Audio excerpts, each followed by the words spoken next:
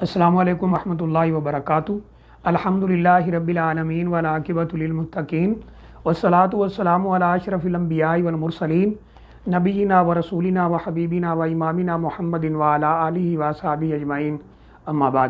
کسی ہمارے بھائی نے سوال کیا، اور یہ سوال پہلے بھی ہمارے بعض بھائیوں کی طرف سے، بہنوں کی طرف سے بھیجا گیا ہے کہ قربانی کا گوشت جو ہے ابھی کیونکہ ہم اسے استعمال کر رہے ہیں تو کیا یہ غیر مسلم کو دے سکتے ہیں؟ اسلام کے اندر اس کی اجازت ہے؟ تو دیکھیے، قربانی کے گوشت کے بارے میں یہ آتا ہے، بعض یعنی جو علماء نے ایک تقسیم بنائی ہے کہ آپ اس کے 3 حصے کر دیں، ایک خود رکھ لیں، ایک رشتہ داروں کو دے دیں، ایک غریبوں مسکینوں کو دے دیں۔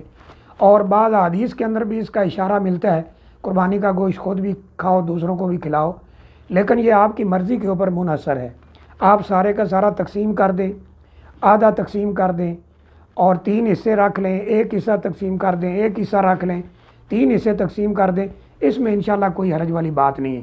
کوشش یہ ہونی چاہیے کہ جن لوگوں کے پاس وسائل نہیں ہیں ان تک یہ گوشت ضرور پہنچنا چاہیے۔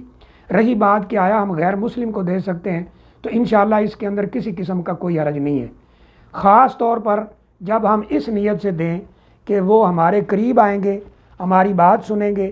جب ہم انہیں کچھ دے رہے ہیں، گوشت دے رہے ہیں قربانی کا، اور ان کے دل و دماغ میں یہ بات آئے گی کہ یہ مسلمانوں کی عید ہے، بہت بڑا ان کا دن ہے، اس میں جانور قربان کیے ہیں اور یہ اس میں سے ہمیں دے رہے ہیں اور اس وجہ سے وہ ہمارے قریب ہوں گے، یہ ذہن رکھ کر تبلیغ کی غرض سے، دین کو ان تک پہنچانے کی غرض سے اگر انہیں دیا جائے تو انشاءاللہ یہ مستحب عمل ہوگا، یعنی بہت اچھا عمل ہوگا۔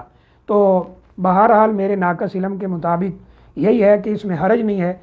کبار علماء سے جب اس بارے میں پوچھا گیا تو ان کا بھی یہی فتویٰ ہے کہ اس میں انشاءاللہ کوئی حرج والی بات نہیں ہے، خاص طور پر جب ہم ان کو تبلیغ کے نظریے سے، اپنی بات سنانے کے نظریے سے، دین اسلام ان تک پہنچانے کے نظریے سے دیتے ہیں تو انشاءاللہ اس میں کوئی حرج والی بات نہیں ہے۔ واللہ اعلم بالصواب۔ السلام علیکم ورحمۃ اللہ وبرکاتہ۔